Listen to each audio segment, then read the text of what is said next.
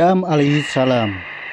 Setelah Allah Subhanahu wa taala menciptakan bumi beserta perlengkapannya dan gunung-gunungnya, laut-lautnya dan tumbuh-tumbuhannya, menciptakan langit dan mataharinya, bumi dan bintang-bintangnya yang bergemelapan, menciptakan malaikat-malaikatnya.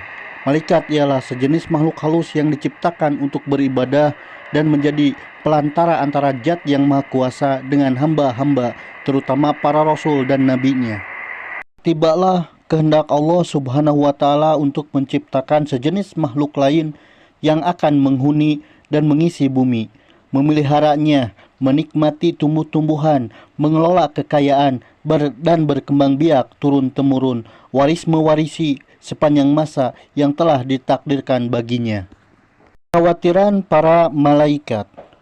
Para malaikat ketika diberitahu oleh Allah Subhanahu wa taala akan kehendaknya menciptakan makhluk lain, mereka khawatir kalau kehendak Allah menciptakan makhluk yang lain itu disebabkan kesalahan atau kelalaian mereka dalam beribadah dan menjalankan tugas, atau karena pelanggaran yang mereka lakukan tanpa disadari.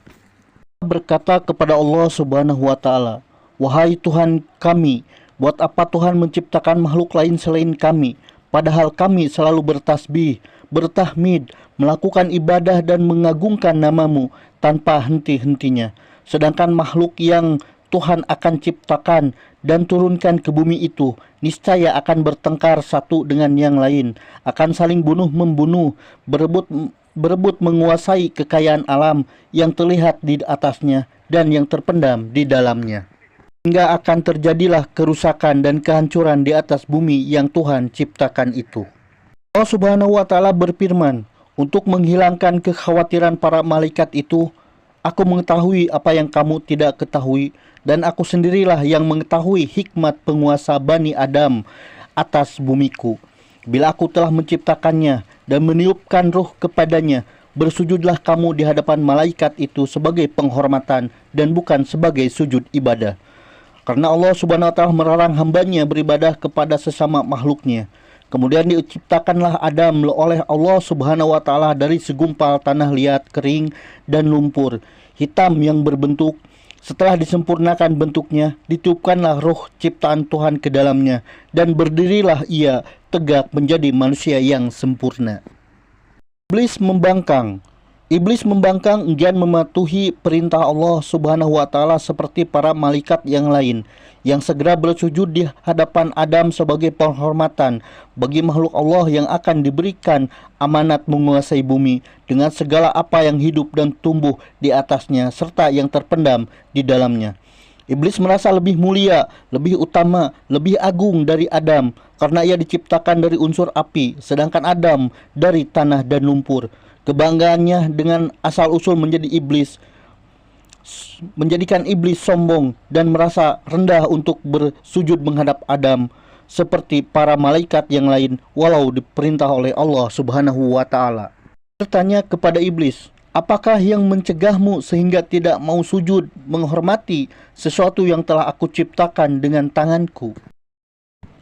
Iblis menjawab, "Aku adalah lebih mulia dan lebih unggul dari dia.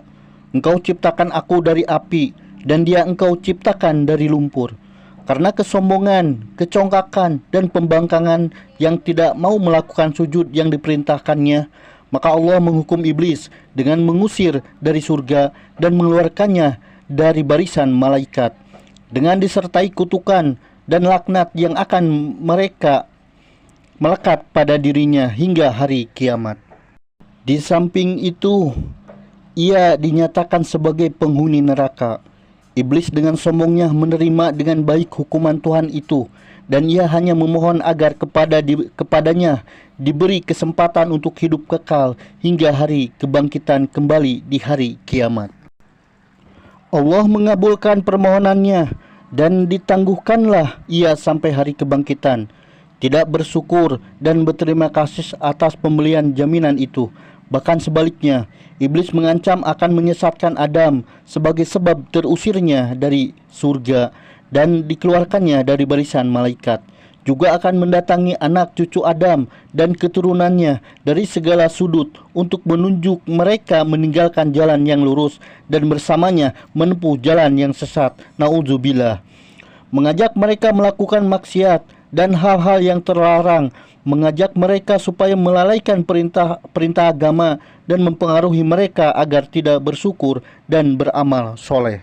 Kemudian Allah berfirman kepada iblis yang terkutuk itu, "Pergilah engkau bersama pengikut-pengikutmu yang semua akan menjadi isi neraka jahanam dan bahan bakar neraka. Engkau tidak akan berdaya menyesatkan hamba-hamba yang telah beriman kepadaku dengan sepenuh hatinya dan memiliki akidah yang mantap yang tidak akan tergoyahkan oleh rayuanmu, walau engkau menggunakan segala kepandaianmu menghasut dan memfitnah." Mengetahui Adam tentang nama-nama benda. Allah hendak menghilangkan anggapan rendah para malaikat terhadap Adam dan meyakinkan mereka akan benaran hikmatnya menunjukkan Adam sebagai penguasa bumi. Maka diajarkanlah kepada Adam nama-nama benda yang berada di alam semesta. Kemudian diperagakanlah benda-benda itu di depan malaikat seraya, "Cobalah sebutkan bagiku nama-nama benda itu jika kamu benar merasa lebih mengetahui dan lebih mengerti dari Adam." Para malaikat tidak berdaya memenuhi tantangan Allah untuk menyebutkan nama-nama benda yang berada di depan mereka. Mereka mengakui ketidaksanggupan mereka. Mereka berkata, "Maha Agung Engkau, sesungguhnya kami tidak memiliki pengetahuan tentang sesuatu kecuali apa yang Tuhan ajarkan kepada kami. Sesungguhnya Engkau Maha Mengetahui dan Maha Bijaksana."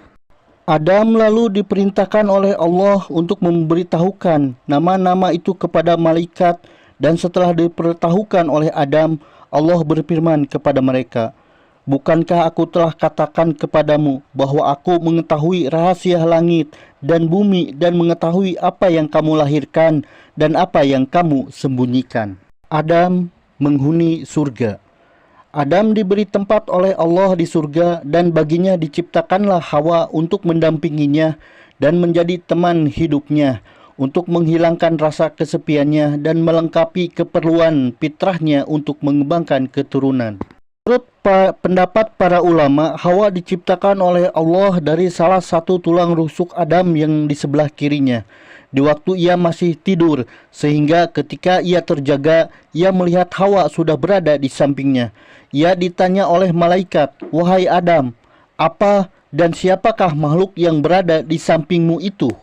Adam berkata, "Seorang perempuan, sesuai dengan fitrah yang telah Allah diilhamkan oleh Allah kepadanya." Malaikat bertanya lagi, "Siapa namanya?" Adam menjawab, "Hawa." Malaikat bertanya lagi, "Untuk apa Allah menciptakan makhluk ini?" Adam menjawab, untuk mendampingiku, memberi kebahagiaan bagiku dan mengisi keperluan hidupku sesuai dengan kehendak Allah Subhanahu wa taala." Allah berpesan kepada Adam, "Tinggallah engkau bersama istrimu di surga, rasakanlah kenikmatan yang berlimpah-limpah di dalamnya. Rasakanlah dan makanlah buah-buahan yang lezat yang terdapat di dalamnya sepuas hatimu dan sekehendak nafsumu. Kamu tidak akan mengalami atau merasa lapar, dahaga, ataupun letih selama kamu berada di dalamnya. Akan tetapi, aku ingatkan, janganlah makan buah dari pohon ini yang akan menyebabkan celaka dan termasuk orang-orang yang zalim. Ketahuilah bahwa iblis itu adalah musuhmu dan musuh istrimu. Ia akan berusaha dan menyeret kamu keluar dari surga sehingga hilanglah kebahagiaan yang kamu sedang nikmati ini." Adam alaihissalam, kelanjutan dari bab 1, iblis mulai beraksi. Iblis mulai beraksi sesuai dengan ancaman yang diucapkan ketika diusir oleh Allah dari surga akibat pembangkangannya, dan pula oleh rasa iri hati dan dengki terhadap Adam yang menjadi sebab sampai ia terkutuk dan terlaknat selama-lamanya, tersingkir singgasana kebesarannya. Iblis mulai menunjukkan rancangan penyesatannya kepada Adam dan Hawa yang sedang hidup berdua di surga yang tentram, damai, dan bahagia. Menyatakan kepada mereka dan ingin memberi nasihat dan petunjuk untuk kebaikan dan mengekalkan kebahagiaan mereka. Segala cara dan kata-kata halusnya digunakan oleh iblis untuk mendapatkan kepercayaan Adam dan Hawa bahwa ia betul-betul jujur dalam nasihat dan petunjuknya kepada mereka. Ia membisikkan pada mereka bahwa larangan Tuhan kepada mereka memakan buah-buahan yang ditunjuk itu adalah karena dengan memakan buah itu mereka akan menjelma menjadi malaikat dan akan hidup kekal.